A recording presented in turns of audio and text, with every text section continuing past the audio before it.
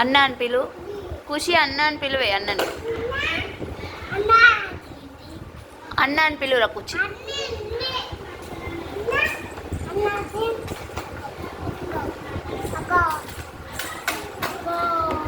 పూర్వి నువ్వు పిలువు. మీ చెల్లి పేరు ఏం పేరు? కూచియా. ఖుషి పటేల్, రిధి పటేల్. నీ పేరేం పేరు? రిధి. రిధి